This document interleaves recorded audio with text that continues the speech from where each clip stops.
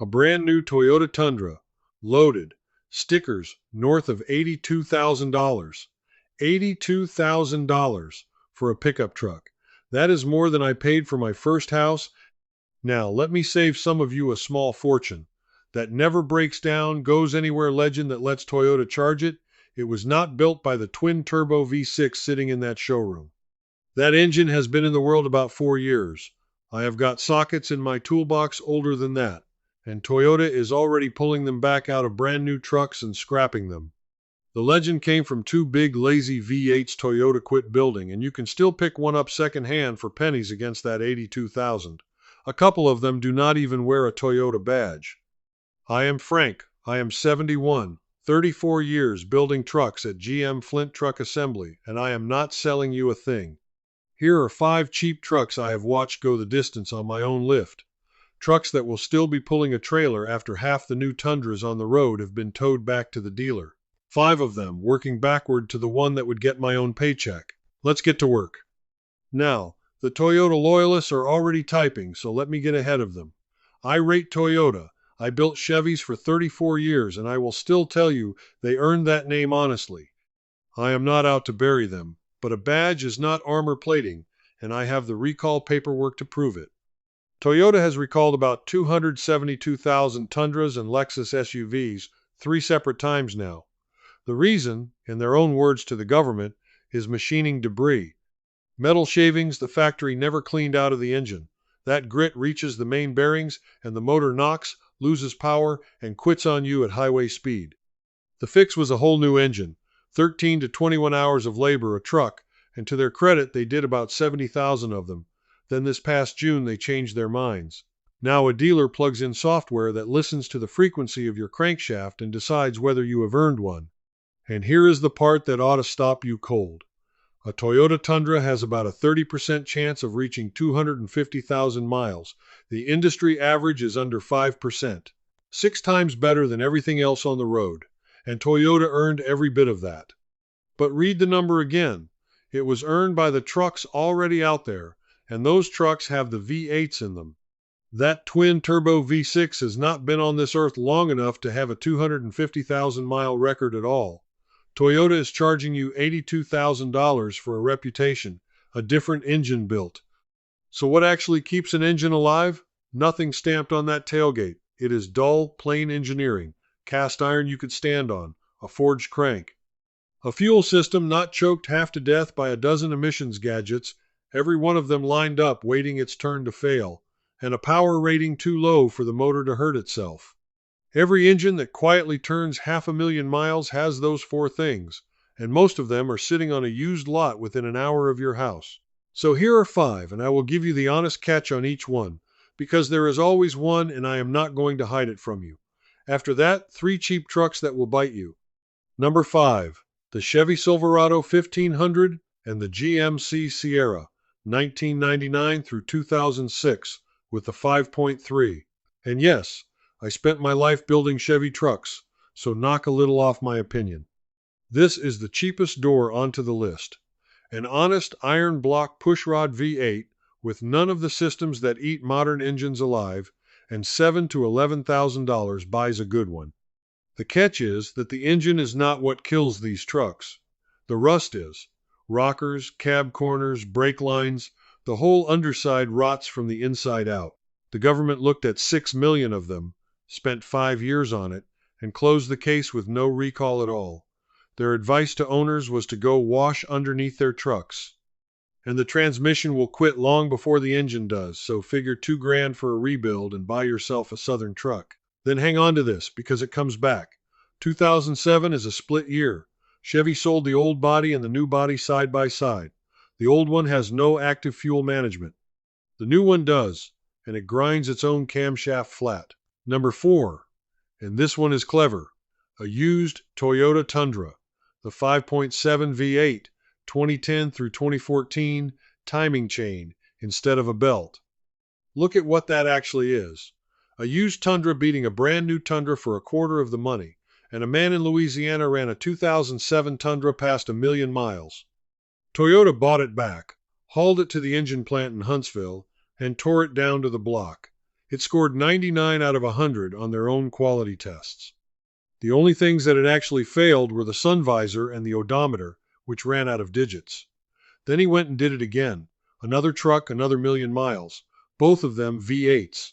Neither one turbocharged. Your catch is rust, and every Toyota frame program has expired, so nobody is coming to save you. Take a hammer to the rails and listen. A ping is steel. A thud is your answer. And put $3,000 aside for a cam tower oil leak, because sooner or later you will get one. Number 3, the Ford F-150. Pay attention, because this is the one that catches good men out. Best-selling truck in America 49 years running, so everybody assumes any old one is bulletproof. It is not. From 2004 to 2010, Ford hung a 5.4 Triton 3-valve in these. Cam phasers that rattle and then let go, $2,000 to $5,000 to fix on a truck worth $7,000. And the spark plugs snap off in the head when you pull them. $300 to $600 a plug, and there are 8 of them in there. Ford got sued over it, and Ford settled. The one I will put my name to is the 4.62 valve. No variable cam timing at all, so it physically cannot fail that way. Ordinary plugs. 300,000 miles, 400,000, all day long. It is the motor out of every police Crown Victoria you ever saw in your mirror. And here is what ought to make you angry. Ford sold both engines in the same truck in the same year. The 4.6 was the base, the 5.4 was the upgrade. The man who paid more got the worst truck. The badge on the tailgate guarantees you nothing. The code on the engine guarantees everything. One quick thing before the top 2. If it is worth something to you having a mechanic name the exact engines to walk away from, hit that subscribe button. It is the only thing keeping a channel like this one honest and on the air. Number 2. Now we are in legend country. The Dodge Ram 2500 with the 5.9 Cummins 12-valve, 1994 through 1998, mechanical injection. Gear-driven timing, no belt and no chain. Nothing electronic decides how this engine burns fuel. It is a farm engine. Cummins built it for case tractors before it ever went near a pickup, and they rate it at 350,000 miles before half of them need major work. Straight talk on the money, because this one is climbing. Clean ones bring 30 grand, and one crossed an auction block at 66. But you do not want the clean one, you want the ugly one. 8 to 15,000 buys a runner with a cracked dash, tired rockers, and the identical engine underneath. The catch has a name. The killer dowel pin backs out of the block, drops into the timing gears, and takes the motor with no warning at all. No noise, no light, nothing. The fix is a little metal tab, $400. Ask the seller if it has been done. And 1998 is a split year, same as Chevy's 2007. Check the 8th digit of the VIN. A D is the 12-valve you want, a 6 is not. And number 1, the one that would get my own paycheck.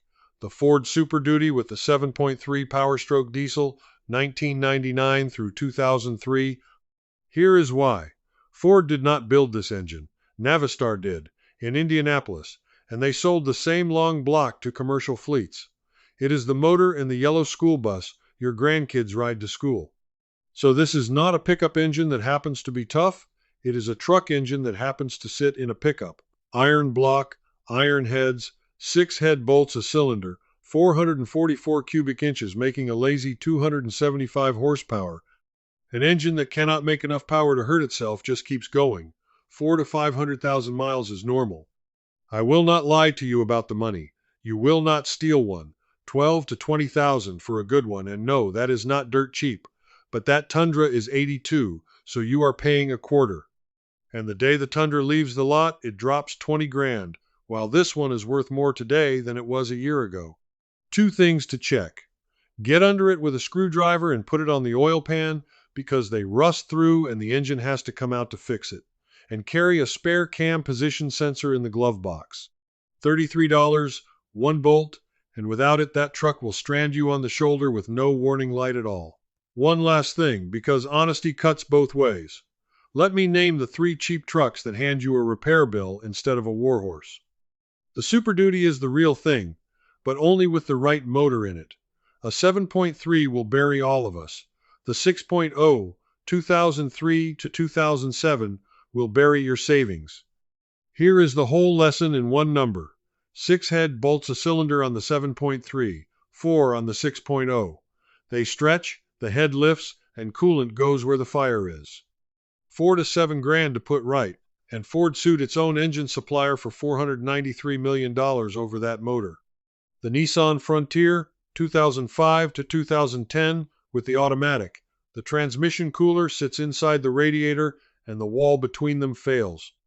Coolant crosses into the transmission, you pull the dipstick, and it comes out pink. They call it the strawberry milkshake of death, and the transmission is gone by the time you see it. A $300 bypass would have saved a $5,000 gearbox, and nobody tells the buyer. And any Chevy 5.3 from 2007 on, with active fuel management, same badge as my number 5 pick, same displacement, 1 generation later. The lifters collapse and grind the camshaft flat, and that is $3,500 to $5,000. A jury already made GM pay $100 million over it, and they are still in court over it right now. Now Toyota gets a fair hearing, because that Tundra earns part of the sticker. 3 places it beats my whole list. Resale.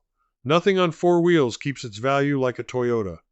Kelley Blue Book named the Tundra the best resale value full-size pickup in the country this year, so a real slice of that $82,000 comes home to you when you sell. Parts. 1,200 Toyota stores in this country. Break down outside a 2-stoplight town in Montana, and Toyota can put a part in your hand the same week. Any of my 5 picks might leave you sitting a month. And credit where it is owed. Toyota pulled 70,000 engines out of trucks and fitted new ones for nothing, 13 to 21 hours of labor apiece, out of their own pocket. Nobody else in this story did that. So if you are dragging a 5th wheel over the Rockies every month, buy the Tundra and never look back. You are paying for the dealer network and a clear head, and out there it is worth every dollar. Most of us are not, and these 5 go the distance for a quarter of the outlay. So there it is. The pre-active fuel management 5.3, a used Tundra, the right F-150, a 12-valve Cummins, and the one getting my own paycheck, the 7.3 Power Stroke. 5 cheap roads to Toyota durability without the Toyota invoice, and give a wide berth to the 6.0, the automatic Frontier, and any 5.3 with active fuel management while you are at it. Now notice what kept happening. 2003 at Ford. An early Super Duty is a 7.3, a late one is a 6.0. 2007 at Chevy. The old body has no active fuel management. The new one eats its own camshaft. 1998 at Dodge. The 8th digit of the VIN tells you which engine you are getting. 3 manufacturers, 3 model years, and every time the same badge on the fender over 2 completely different fates. The magic is not on the fender. It is bolted under the hood. So shop the engine, not the reputation, and find out who looked after it before you showed up. Your turn now, because you folks always turn up things I never would. What is the highest mileage truck you have ever put a key in? Give me the engine code with it. Leave it below and I will read it. Fair warning though, a few of you I am going to argue with.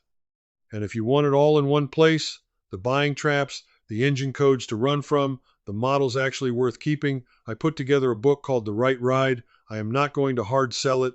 There is a link in the description if you want to look. Either way, hit like, hit subscribe, and I will see you in the next one. Keep it running. Keep it yours. This is Frank.